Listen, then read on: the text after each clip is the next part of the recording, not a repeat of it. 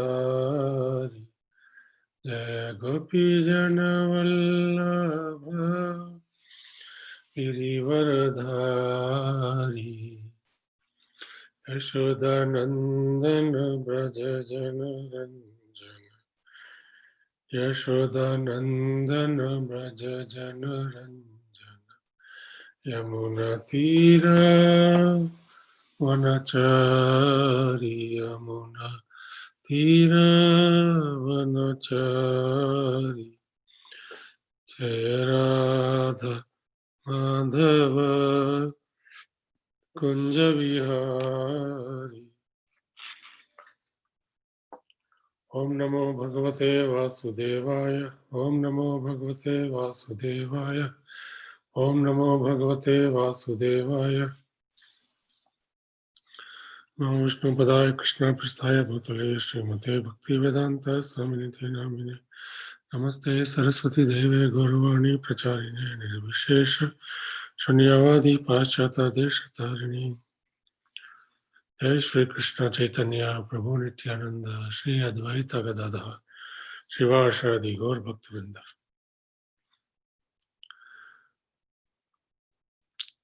Hare Krishna. I welcome you again to Srimad Bhagavad Gita reading sessions. We are on chapter 17 and we are going to start chapter 17 today. And this chapter is titled The Divisions of Faith. Last chapter was called Divine and Demoniac Natures. This chapter is called Divisions of Faith. Text 1. Ye shastra vidhim utsrijya yajjante shraddhaya anvitah tesham nishtha tu ka Krishna sattvam aho rajastama. Arjuna inquired, O Krishna, what is the situation of those who do not follow the principles of scripture but worship according to their own imagination? Are they in goodness, in passion, or in ignorance? Purport by His Divine Grace Srila Prabhupada. In the 4th chapter, 39th verse, it is said that a person faithful to a particular type of worship gradually becomes elevated to the stage of knowledge and attains the highest perfectional stage of peace and prosperity. In the 16th chapter, it is concluded that one who does not follow the principles laid down in the scriptures is called an asura, demon, and one who follows the scriptural injunctions faithfully is called a deva or demigod. Now, if one with faith follows some rules which are not mentioned in the scriptures,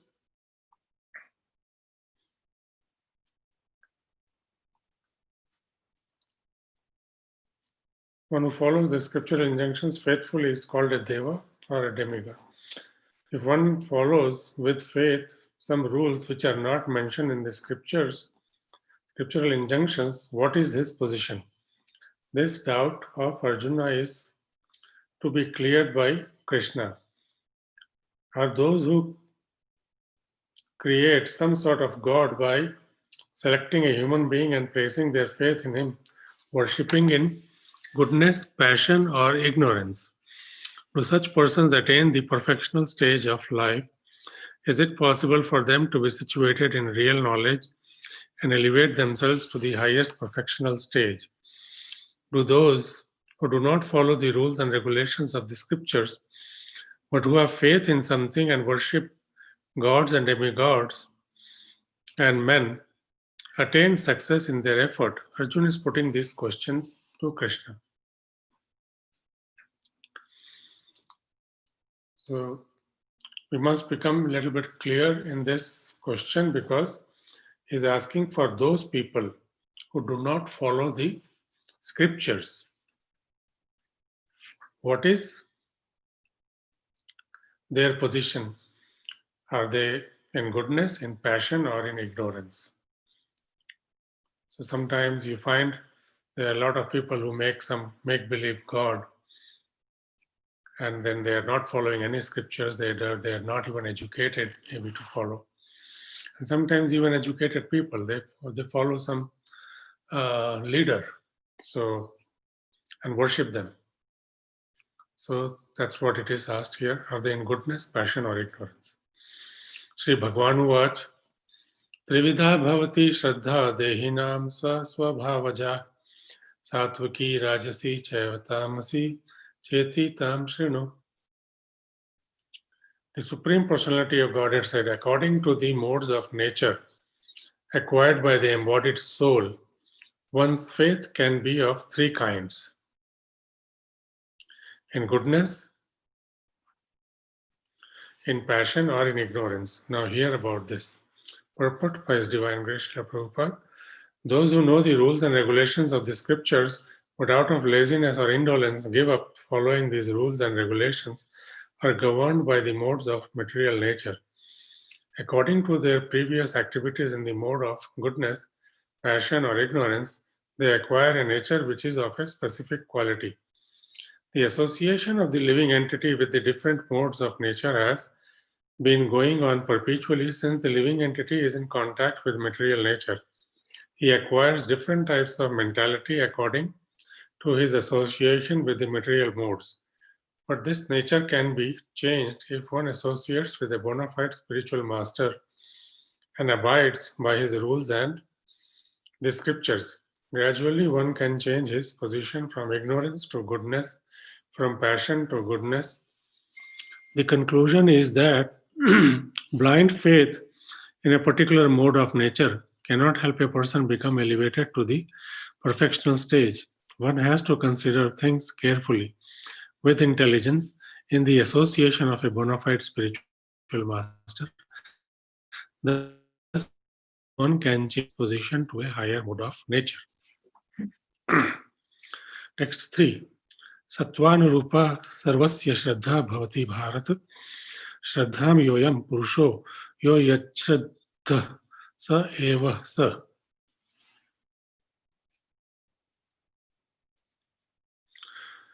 Translation: O son of Bharat, according to one's existence under the various modes of nature, one evolves a particular kind of faith. The living being is said to be of a particular faith according to the modes he has acquired. Purport: everyone has a particular type of faith, regardless of what he is. But his faith is considered good, passionate, or ignorant according to the nature he has acquired.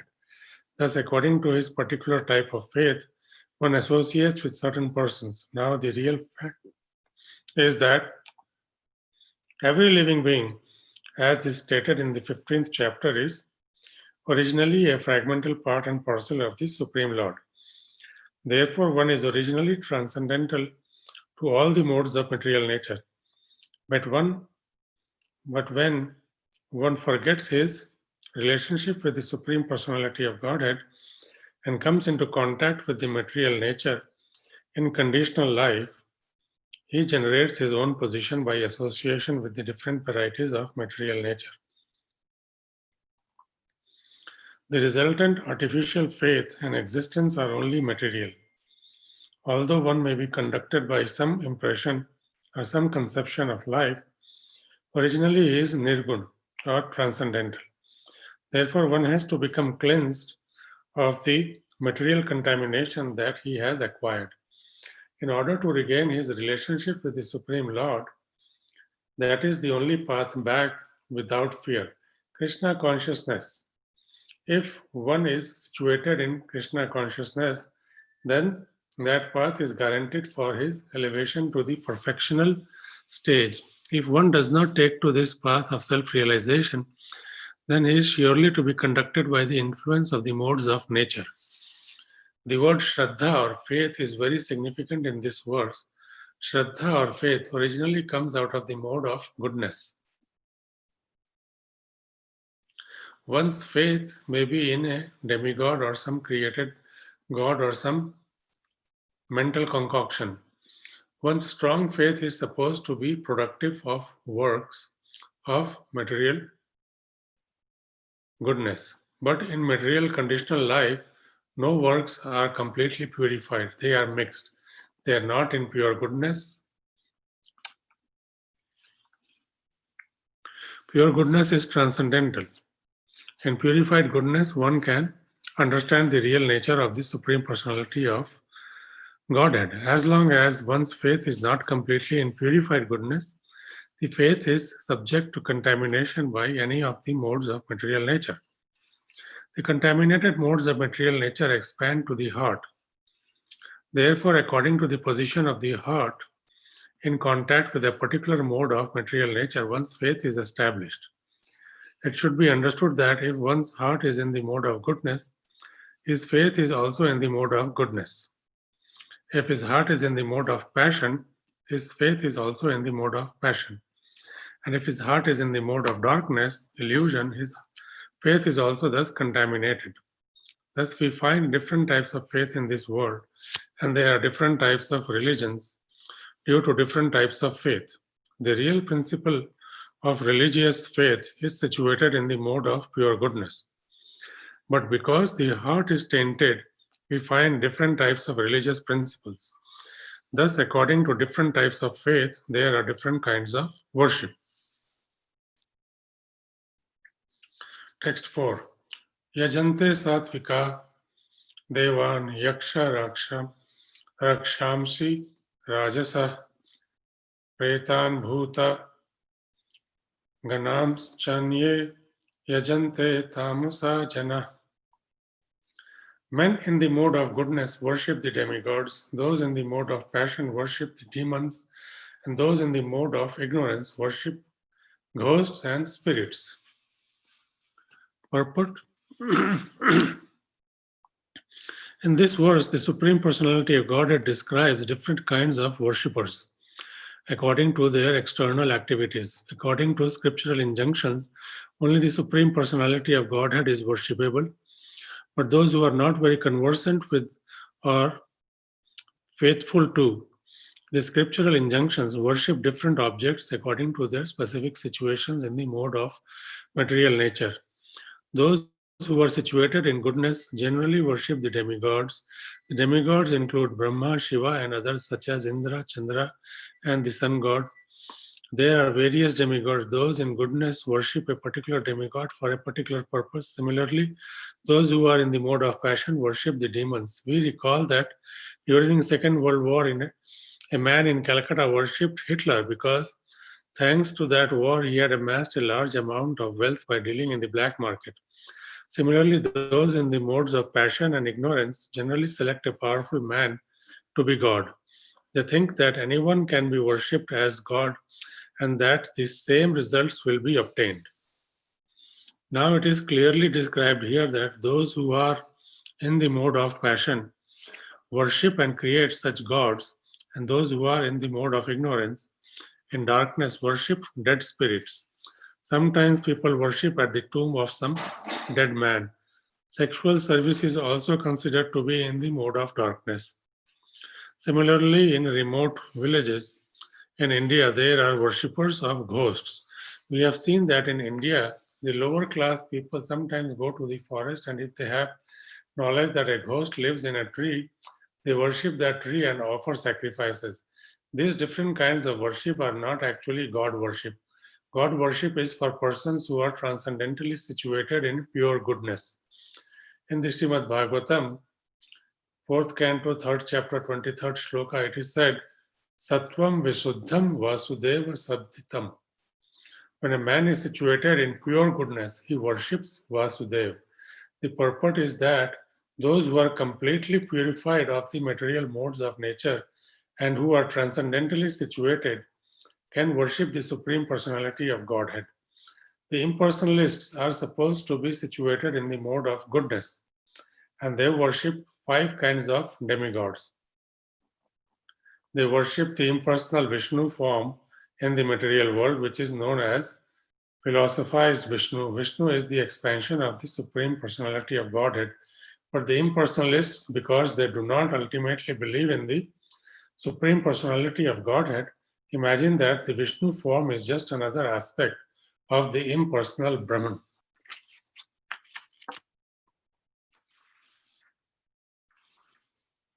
Similarly, they imagine that Lord Brahma is the impersonal form in the material mode of passion. Thus, they sometimes describe 5 kinds of gods that are worshipable. But because they think that the actual truth is impersonal, Brahman, they dispose of all worshipable objects at the ultimate end. In conclusion, the different qualities of the material modes of nature can be purified through association with persons who are of transcendental nature. Texts 5 and 6. Ashastra vihitam ghoram tapyante ye tapo jana dambhahankara sanyukta kama ragabalanvita karshayanta sharirastham bhutaskramam achetasa mam chaivanta sharirastham tanavedhya asura nischayam. Translation: those who undergo severe austerities and penances, not recommended in the scriptures, performing them out of pride and egoism, who are impelled by lust and attachment, who are foolish and who torture the material elements of the body, as well as the supersoul dwelling within, are to be known as demons. There are persons who manufacture modes of austerity and penance which are not mentioned in the scriptural injunctions. For instance, fasting for some ulterior purpose, such as to promote a purely political end, is not mentioned in the scriptural directions. The scriptures recommend fasting for spiritual advancement, not for some political end or social purpose. Persons who take to such austerities are, according to Bhagavad Gita, certainly demoniac. Their acts are against the scriptural injunctions and are not beneficial for the people in general. Actually, they act out of pride, false ego, lust, and attachment for material enjoyment. By such activities, not only is the combination of material elements of which the body is constructed disturbed, but also the Supreme Personality of Godhead Himself living within the body. Such unauthorized fasting or austerities for some political end are certainly very disturbing to others. They are not mentioned in the Vedic literature. A demoniac person may think that he can force his enemy or other parties to comply with his desire by this method. But sometimes one dies by such fasting. These acts are not approved by the Supreme Personality of Godhead. And he says that those who engage in them are demons. Such demonstrations are insults to the Supreme Personality of Godhead because they are enacted in disobedience to the Vedic scriptural injunctions. The word achetasa is significant in this connection. Persons of normal mental condition must obey the scriptural injunctions. Those who are not in such a position neglect and disobey the scriptures and manufacture their own way of austerities and penances. One should always remember the ultimate end of the demoniac people, as described in the previous chapter. The Lord forces them to take birth in the wombs of demoniac persons. Consequently, they will live by demoniac principles life after life without knowing their relationship with the Supreme Personality of Godhead. If, however, such persons are fortunate enough to be guided by a spiritual master who can direct them to the path of Vedic wisdom, they can get out of this entanglement and ultimately achieve the supreme goal.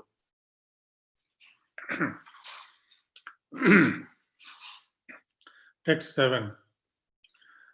Aharastva api sarvasya trividhi bhavati priya yagyas tapas tatha dhanam tesham bhedam imam shrinu. Even the food each person prefers is of 3 kinds, according to the 3 modes of material nature.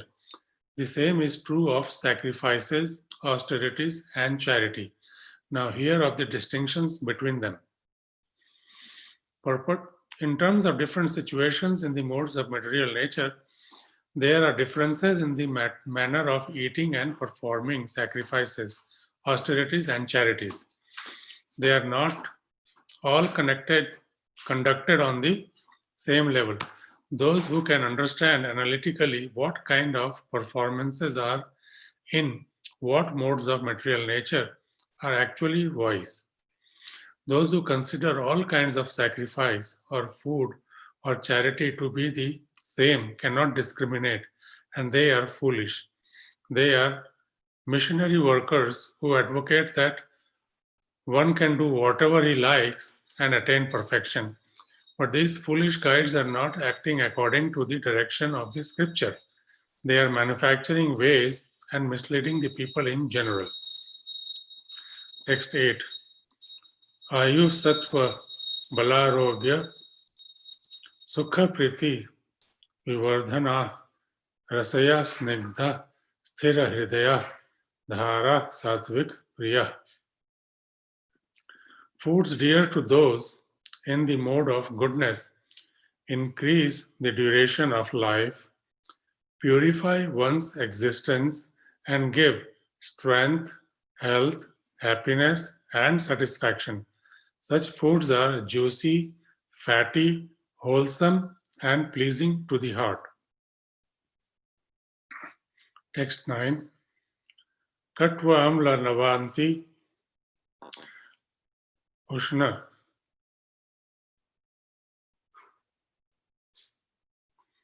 titikshna ruksha vidahina ahara rasa raja rasa rajasyesta dukkha shokamay prada. Foods that are too bitter, too sour, salty, hot, pungent, dry, and burning are dear to those in the mode of passion.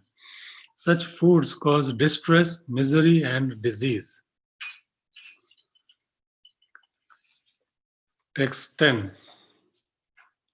Yatayamam gatarasam puti paryushitam cha yat kuchishtamapi chamedhyam bhojanam tamas priyam. Foods prepared more than 3 hours before being eaten, food that is tasteless, decomposed, and putrid, and food consisting of remnants and untouchable things, is dear to those in the mode of darkness. Purport. The purpose of food is to increase the duration of life, purify the mind, and aid bodily strength. This is its only purpose. In the past, great authorities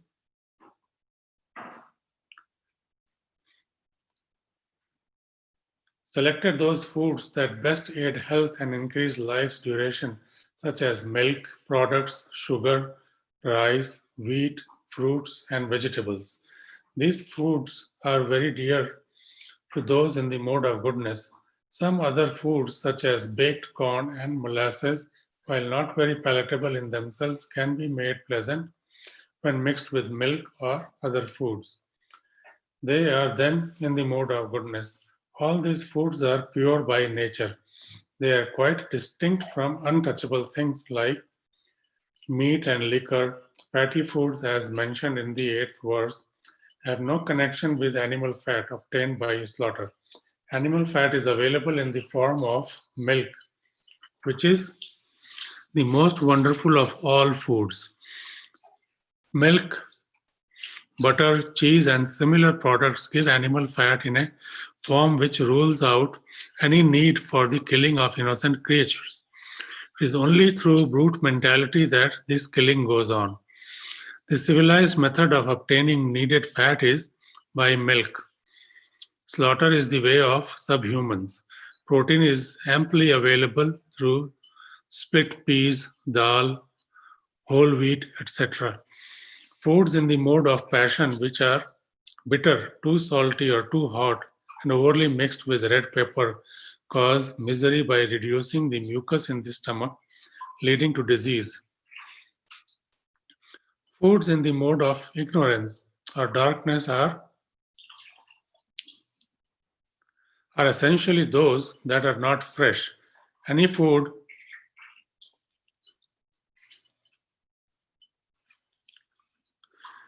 cooked more than 3 hours before it is eaten, except prasadam, food offered to the Lord, is considered to be in the mode of darkness because they are decomposing.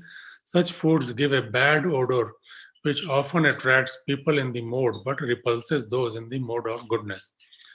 Remnants of food may be eaten only when they are part of a meal that was first offered to the Supreme Lord, first eaten by saintly persons, especially the spiritual master. Otherwise, the remnants of food are considered to be in the mode of darkness, and they increase infection or disease. Such foodstuffs, although very palatable to persons in the mode of darkness, are neither liked nor even touched by those in the mode of goodness. The best food is the remnants of what is offered to the Supreme Personality of Godhead. In Bhagavad Gita, the Supreme Lord says that he accepts preparations of vegetables, flour, and milk when offered with devotion. Patram pushpam phalam toyam. Of course, devotion and love are the chief things which the Supreme Personality of Godhead accepts. But it is also mentioned that the prasadam should be prepared in a particular way. Any food prepared by the injunctions of the scripture and offered to the Supreme Personality of Godhead can be taken even if prepared long, long ago, because such food is transcendental. Therefore, to make food antiseptic, eatable, and palatable for all persons, one should offer food to the Supreme Personality of Godhead.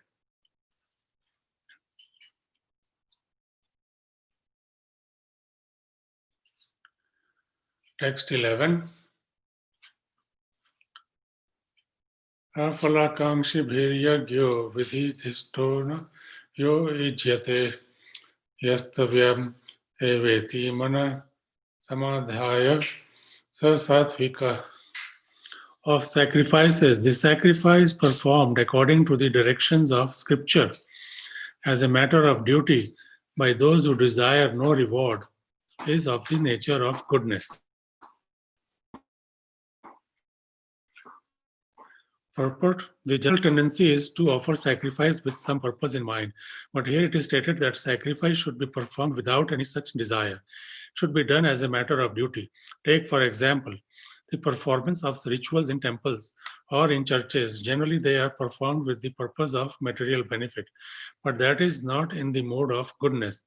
One should go to a temple or church as a matter of duty, offer respect to the Supreme Personality of Godhead, and offer flowers and eatables without any purpose of obtaining material benefit.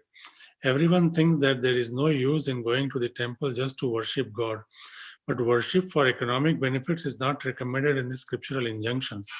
One should go simply to offer respect to the deity. That will place one in the mode of goodness. It is the duty of every civilized man to obey the injunctions of the scriptures and offer respect to the Supreme Personality of Godhead.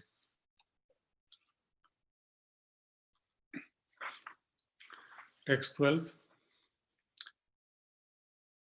Abhisandhaya tu phalam dambhartham pichayvayat ijyate bharateshreshta tam yagyam vidhi rajasam.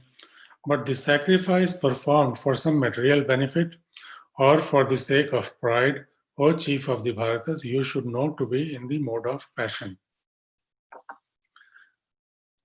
Sometimes sacrifices and rituals are performed for elevation to the heavenly kingdom or for some material benefits in this world. Such sacrifices or ritualistic performances are considered to be in the mode of passion.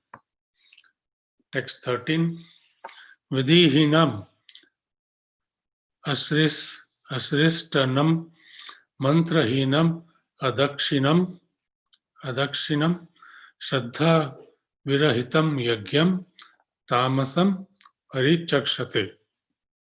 Any sacrifice performed without regard for the directions of scriptures, without distribution of prasadam, spiritual food, without chanting of Vedic hymns and remunerations to the priests, and without faith is considered to be in the mode of ignorance. Purport: faith in the mode of darkness or ignorance is actually faithlessness. Sometimes people worship some demigod just to make money and then spend the money for recreation, ignoring the scriptural injunctions. Such ceremonial show of religiosity are not accepted as genuine. They are all in the mode of darkness. They produce a demoniac mentality and do not benefit human society. I will stop here. If there are any questions or comments, then we can address them. Otherwise, we can. There's no question. Santosh Prabhu, if there is anything. That Yeah, in the first text, there is the reference to following the scriptures while worshiping the Lord or Supreme Personality of Godhead. So, what is in, like? Are we talking about rituals over here, or It's talking about people who are not exposed to the scriptures, those who are people, general innocent people who are living in a society but have not been exposed to, like, Bhagavad Gita, Bhagavatam, or Bible, or Quran, or whatever, their respective religion may be. So they're talking about those people, those who do not follow any kind of scriptures. And those people, but they are educated. They see that there are churches there are temples there, but they don't take any interest in going there. But they take, like, they take up a job or they live their life. So for them, food is food. For them, there is no discrimination. So they are, like, sometimes they are in mode of, they have some. If they have some faith, they have, their faith is in themselves, or their faith is in some person or a leader or somebody like that. So if they are according to the mode of material natures that they have acquired from their birth, according to their habits, if they are, like, following somebody who is vegetarian or somebody, sometimes you find some people become vegetarian out of, compassion for animals. So they also tend to sway towards mode of goodness, but they don't have any knowledge about scriptures or any knowledge about Supreme Personality of Godhead. That's what it is talking about. okay? So it's not necessarily the rituals. I thought, like, I was thinking about rituals, and because the Vedas also describe the scriptures describe all the material. Vedas are scriptures, you see. Yeah, so, like, again, Vedas also, they describe the material pujas and then the Karma spiritual kanda. So it is done as a yajna. yeah. It is done as a yajna, so that is more in the mode of passion. So sometimes for elevating to higher planets. Okay, and I kind of missed verse text 2. Like, so what happens to people who do not follow the scriptures but have faith in, like, say, so I think I get that, but I would just put, I didn't. Yeah, so there are people, there are Trividha Bhavati Shraddha. So their faith of such people can be of three kind. Either they can be in the mode of ignorance, predominant mode of ignorance, then they will have, like, habits of, like, okay, waking up late in the morning and eating meat and, like, drinking liquor and, like, disregarding that there is no God or anything like that. They are ignorant people. They just live for their senses. And then there are people who are passionate, in mode of passion, whose their predominant mode that they live in is mode of passion. They are also, like, having all this meat, but they are, like, a little stricter, they are a little stronger, and they can become, like, in the mode of passion, but they also don't believe in, like, they want to do everything in their own. Mode of goodness are also like that, but they are docile, they are subservient maybe, like, to stronger people and all, but they also don't have any knowledge about Krishna. But they can get these things, the mode of, particularly for those who are in mode of passion and ignorance, they can be elevated to the mode of pure goodness and can be brought to the under the fold of religious life by getting them exposed to the books and to the sadhus. But here Krishna is talking about those people who are not even exposed to sadhus and shastras. So they have not developed faith in the Lord. Is that clear? No, my question, like, I think I'm still having the same question that Arjuna did. Like, so what happens to those people who Birth after birth? No, not birth after birth. Like who have some faith, but now they don't follow scripture. So what do That's they? what I'm saying. Their faith is of three kinds. Okay, Their faith can be in mode of goodness, their faith can be in mode of passion, and their faith can be in mode of ignorance. So there are people who are like following in the mode of ignorance, worshipping, say ghosts and spirits. And mode of goodness, they worship at least demigods. So they are in mode of goodness, but they have this concept because they're looking for some exchange. yeah. They're looking for some exchange, like I will worship you, but please give me something. Okay. So above all, these are the people who are following the scriptures and like the pure devotees. Yes. Okay. About these people, there are people who are following, like there is they don't do demigod worship. They just follow Supreme Personality of Godhead, and they follow the rules and regulations according to the scriptures, and they Okay. live their life based on scriptures. And I think the another question I had was about I think it was the third text purport or something. They said there is one line that says, thus they sometimes describe five kinds of gods that are worshipable, but because they think that the actual truth is impersonal Brahma, they dispose all the worshipable objects at the ultimate end. What Yeah. does that That mean? is that is Prabhupada saying that there are still people who are followers of impersonalism. They do not believe in a God to be a person, to be a supreme personality of Godhead. Even though if you have a deity form of Vishnu or something, they say, oh, this is just a representation, or like, just to make us understand or something. But they don't believe in the personal aspect of the God. They, then that is the faith is incomplete because they are thinking that this is the everything is impersonal, and that there is a Brahm concept is everything is like up in the air kind. Okay, I am born, I will die, and everything is over. So they are like that. So it is specifically mentioned that in those. That's a good observation there on your part. That that is the one may be conducted by some impression or some conception of life. Originally is nirgun or transcendental. So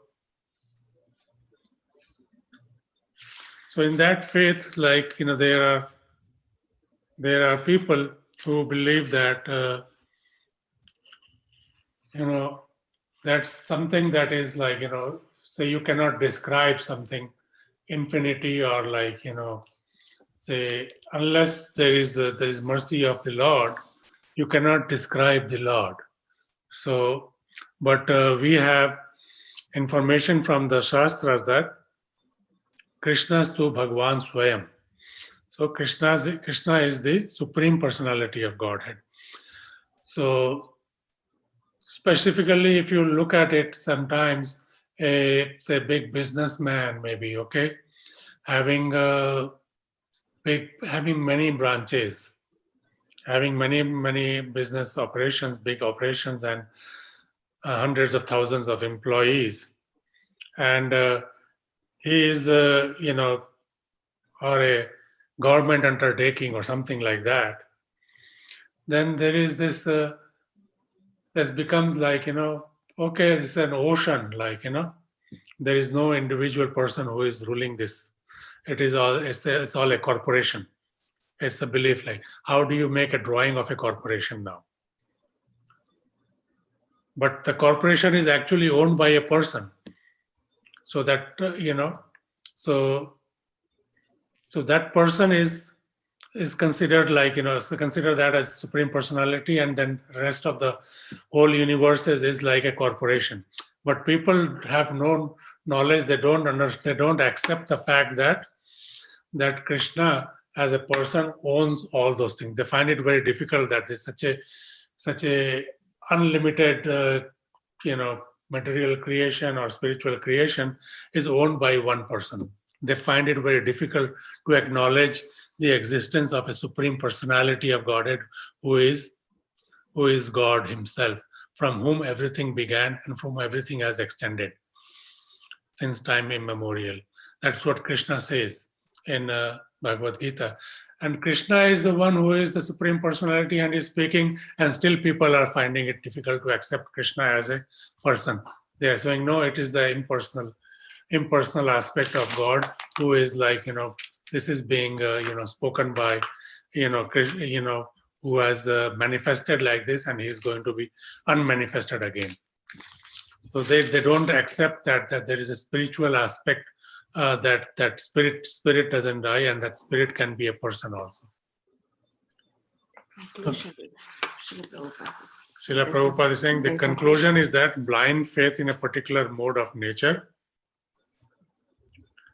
cannot help a person become elevated to the perfectional stage. One has to consider things carefully with intelligence in the association of a bona fide spiritual master. Thus, one can change his position to a higher mode of nature. That was mentioned in text 2, purport. So that's what it is. My example, I hope it is making a little bit sense to you that when things go out of proportion, or and with our limited knowledge, limited senses, we can only perceive up to a certain level. See, we cannot see things beyond a certain level also. Our senses are so imperfect. So for us to comprehend that, that one person who is Supreme Personality of Godhead has created all those things. Unless it is like, how this Badri Prabhu who came here a few weeks ago was talking, unless the infinity, it is like a finite things, like, an infinitesimal part and parcel of the Lord trying to understand infinity. So unless infinity has mercy on this finite tiny little, living entity, it is impossible for us to understand through our material intelligence. Is that making a little sense to you? Yes. Okay. So these people don't believe in God. It is gradually going to become more and more clear to you. Yeah. Because Krishna mentions even in Bhagavad Gita that, fools deride me when I descend in the human form. He comes in his own spiritual body itself. But fools think like, okay, he's just one of us. Hardly a handful of people are able to understand that he's the Supreme Personality of Godhead. Otherwise, they all think like, okay, he's just like one of us. So that is the thing that we need faith, and we need transcendental vision. That's why in the Brahma Samhita it says Premanjana Churita Bhakti Vilochanena Santa Sadeva Hridayeshu Vilokayanti Yam Shama Sundaram. So those who have the transcendental vision, who can, whose eyes are anointed with the salve of love, ointment of love, can perceive Krishna and see him face to face also, or within their experiencing within their heart also. So, but there are, Prabhupada mentions that there are people who say that, show me God. They will ask, show me God. Where is God? And Prabhupada tells those people, you rascal, you don't even have, do you have the eyes first of all to see God? He uses such strong words. We cannot even see what is beyond this wall also. So if there is a veil there, we cannot even see behind that also. And what is there, like, that we need, that we want to see God with our limited senses. Sense is not everything. Senses are very limited. That is given because, we wanted to enjoy like God. But that is our fall down. That is why we are in this material world, struggling birth after birth from how many millions of births. We have no idea also.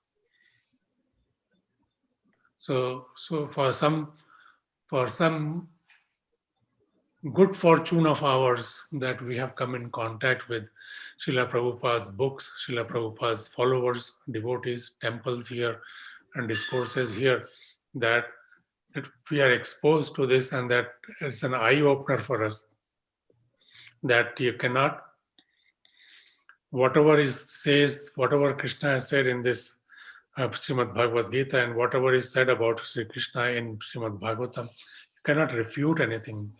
That is, philosophy is like, which is the ultimate, where the arguments stop.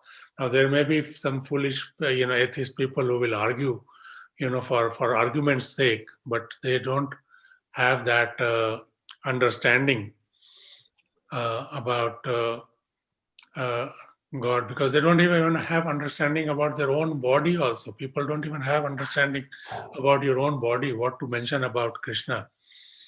So the only method is when you surrender, and then Krishna will bestow his mercy upon you, upon the surrendered soul, by which you will get the knowledge to understand Krishna. Otherwise, it's not possible.